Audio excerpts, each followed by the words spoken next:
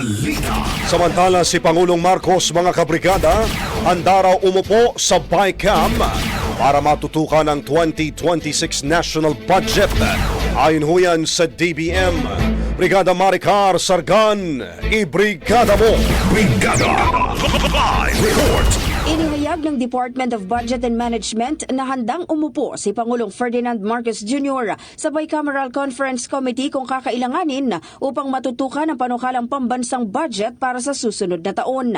Ayon kay Budget Secretary Amena Pangandaman, personal na sinusubaybayan ng Pangulo ang buong proseso ng pagbuo ng national budget para sa fiscal year 2026. Sa katunayan anya, Enero pa lamang ng taong ito matapos ang pagpasa ng 2025 budget, nagbigay na ng direktiba si Pangulong Marcos ukol sa susunod na pondo ng pamahalaan. Inihayag ng kalihim na bahagi pa ng pagiging hands-on ni Pangulong Marcos ay ang kahandaang umupo sa BICAM kung makakatulong ito upang masiguro ang maayos at epesyenteng pagpopondo sa mga prioridad na proyekto ng gobyerno. Layunin ng administrasyon na ang may susumite sa Kongreso na panukalang budget ay tanging mga programang shovel-ready o handa ng ipatupad. Tinukoy rin ng kalihim na ang target na spending level para sa fiscal year 2026 ay nakabatay sa medium-term fiscal framework ng pamahalaan na tinatayang aabot sa halos 7 trillion pesos.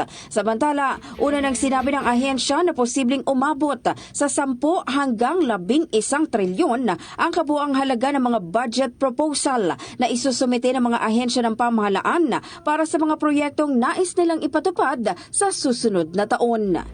In the heart of changing lives, ako si Brigada Maricar Sargan ng 105.1 Brigada News FM Manila, The Music and News Authority. Brigada Balita Nationwide. Ang bahaging ito ay hatid sa atin ng Maxan Mangosteen Santon Coffee. Max Healthy, Max Sarap.